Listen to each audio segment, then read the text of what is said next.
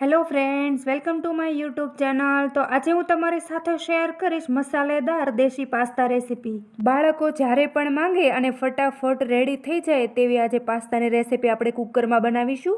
જો તમે મારી રીતથી કુકરમાં પાસ્તા બનાવશો ને તો તમારા પાસ્તા એકદમ છૂટા છૂટા બનશે અને કોઈ જ પ્રોબ્લેમ નહીં આવે.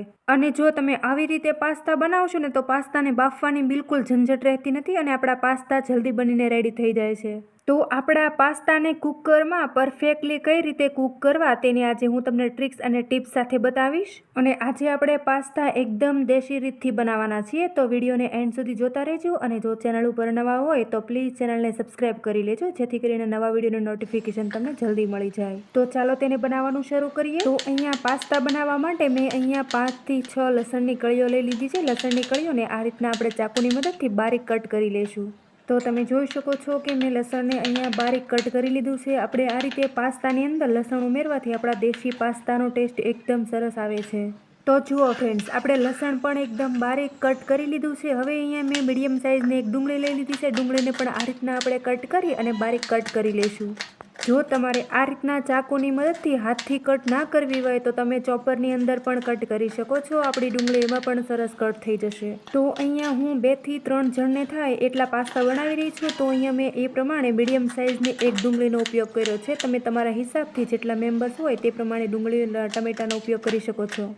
તો તમે જોઈ શકો છો કે અહીંયા મેં ડુંગળીને પણ ચોપિંગ કરી લીધું છે અને આપણે ડુંગળીને પણ સાઈડમાં કરી દઈશું. અને હવે અહીંયા આપણે ટામેટું લઈ લઈશું અને ટમેટાને પણ આ રીતે કટ કરી લઈશું. તો હવે અહીંયા પાસ્તાની અંદર ઉમેરવા માટે આ રીતના મેં એક ટામેટું લઈ લીધું છે. ટમેટાને પણ આ રીતના આપણે બારીક કટ કરી લઈશું. તો તમે જોઈ શકો છો કે ટામેટાને મેં અહીંયા બિલકુલ નાનું નાનું બારીક જ કટ કર્યું છે. આવી રીતે તમે જો કટ કરશો ને તો આપણા ટમેટા જલ્દી ચડી જશે.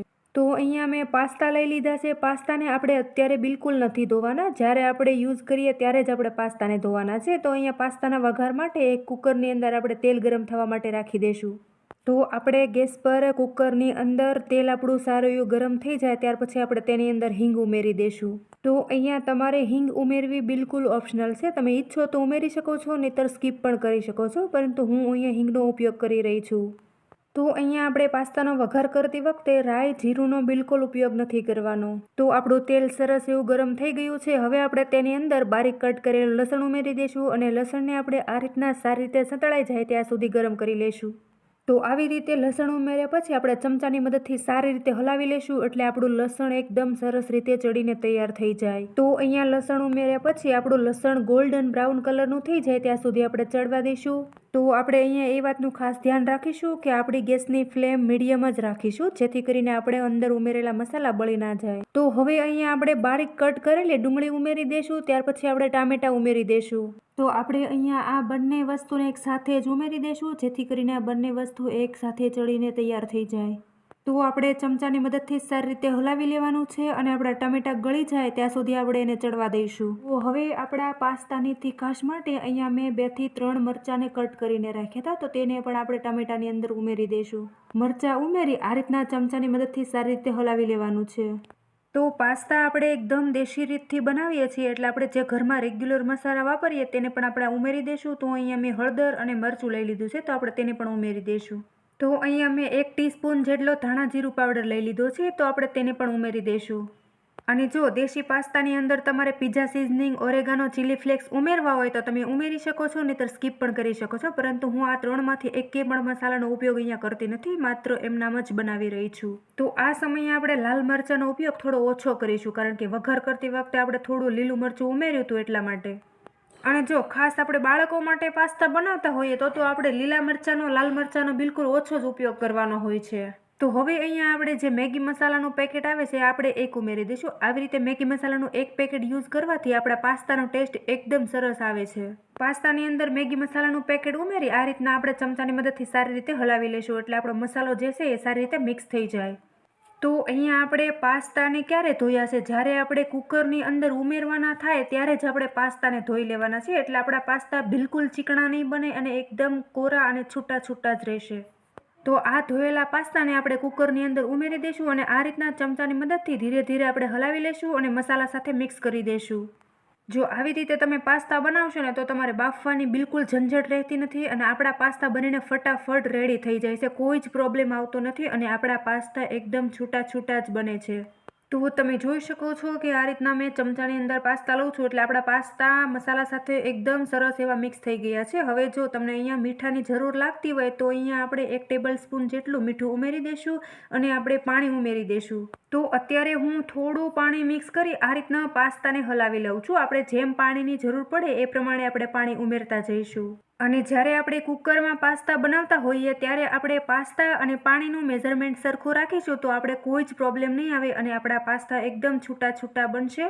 અહીંયા તમે ગરમ પાણીનો પણ ઉપયોગ કરી શકો છો, પરંતુ મેં અહીંયા એમનામ જ જે નોર્મલ પાણી આવે છે તે જ પાણી ઉમેરી રહી છું.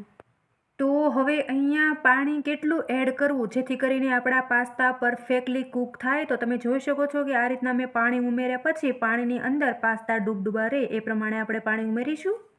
અને હવે અહીંયા આ રીતના કુકરનું ઢાંકણ બંધ કરી અને આપણે 2 વિસલ બોલાવવાની છે. તો તમે જોઈ શકો છો કે અહીંયા 1 વિસલ વાગી ગઈ છે અને હવે અહીંયા આપણી બીજી વિસલ પણ વાગી ગઈ છે. તો થોડી હવા ભરાય ત્યાર પછી આપણે તરત જ ગેસની ફ્લેમ બંધ કરી દઈશું. તો તમે જોઈ શકો છો કે આપણા પાસ્તા ચડીને એકદમ સરસ રેડી થઈ ગયા છે. જો તમે જોઈ શકો છો કે આપણા પાસ્તા પરફેક્ટલી કૂક થઈ ગયા છે અને નોર્મલ એવી થોડી જ ગ્રેવી રહી છે અને આપણા પાસ્તા એકદમ ખીલા ખીલા છે. આ રીતના તમે ચાકુની મદદથી ચેક કરતા જોઈશો તો આપણા પાસ્તા પરફેક્ટ કૂક થઈ ગયા છે. તો હવે આ ગરમા ગરમ પાસ્તાની અંદર આપણે થોડું ચીઝ ખમણી લેવાનું છે. તો અહીંયા કુકરનું ઢાંકણ બંધ કરતા પહેલા જે મેગી મસાલાનું પેકેટ આવે છે તે ઉમેરી દીધું છે અને થોડો પાસ્તા મસાલો ઉમેરેલો છે. ટોટલી ઓપ્શનલ છે, જો તમારે ઉમેરવું હોય તો તમે ઉમેરી શકો છો, નહીં તો સ્કીપ પણ કરી શકો છો.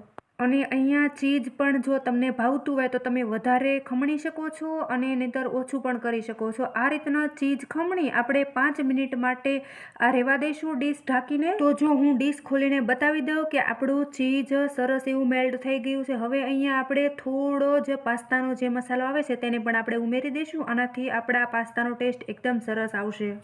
તો આવી રીતે આપણે ચમચાની મદદથી સારી રીતે હલાવી અને મિક્સ કરી લેશું. અને તમે જોઈ શકો છો કે જ્યારે મેં કુકરનું ઢાંકણ ખોલ્યું ત્યારે થોડી વધારે ગ્રેવી હતી અને આપણા પાસ્તા થોડા ભીના હતા. અત્યારે આપણા પાસ્તા પરફેક્ટલી કૂક થઈ ગયા છે અને બિલકુલ છૂટા છૂટા જ બન્યા છે. તો હવે આ ગરમા ગરમ પાસ્તાને આપણે એક પ્લેટની અંદર સર્વ કરી લેશું.